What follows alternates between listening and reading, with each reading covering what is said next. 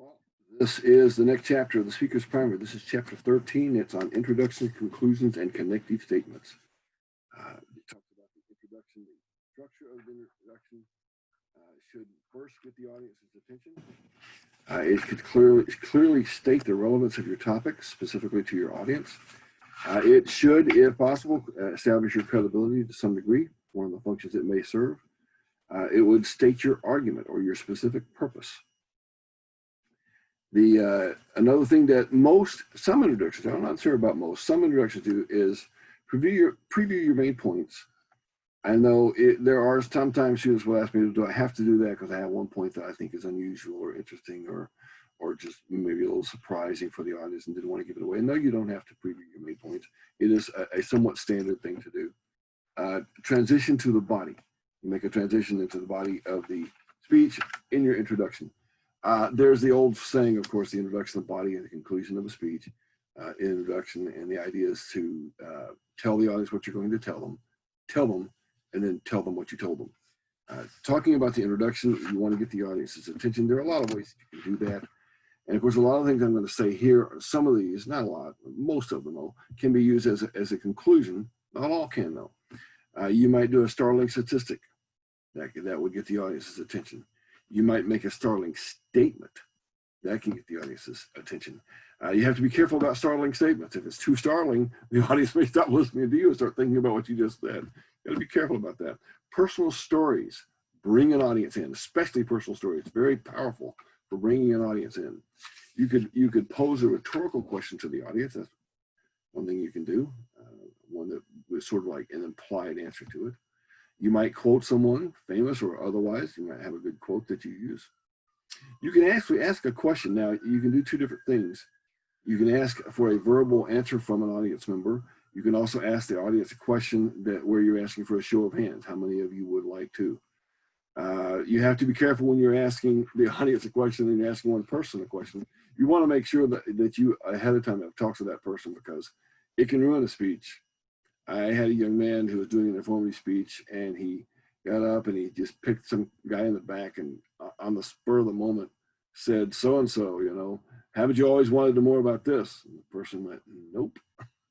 And then the poor guy has to spend the next 2 minutes trying to explain to us why he should have said yes. In the meantime, he's almost halfway through the speech now as he got into the speech. That's not good. So make sure you know the answer before you ask a question of a specific person. Make sure you know the answer. You can begin a speech with humor. Be very careful about beginning a speech with humor. If it's not funny or if it's off color, you're very likely going to lose the audience in some way. And if it's in my class, if it is off color, you're going to lose huge points, or racist or sexist or anything along that line. So be careful about that. You need to know that the speech is, the joke is funny before you, or whatever it is you're going to say is funny before you tell it. I had a young man who told a joke before a speech began. 3 minutes later, you're still trying to explain to the audience why it was funny, and the audience still wasn't laughing, and he was halfway through his speech and finally launched into it. Clearly state the relevance of your topic. This is very, very important. State the relevance of your topic to the audience. That's an important thing to do. Talk about your credibility. You can talk about the research that you've done, or maybe you can talk about why this particular speech relates to your life and why you have passion about it. Or then you have the thesis statement or the specific purpose statement. I like the term specific purpose statement. Here's exactly what you want to accomplish during the speech. You might preview your main points, and you might not. Again, then you transition. Transitioning between main points. There are different ways that you can do that. You can do internal summaries where you summarize points that you've just made.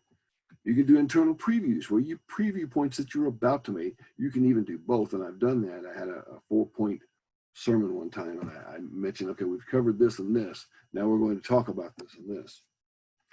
You can use signposts, number 1, number 2, number 3, or ABC. 2 things that you cannot do. You cannot switch in the middle of the speech. I have actually heard this done. Number 1, number 2, C. Can't do that. Don't do that.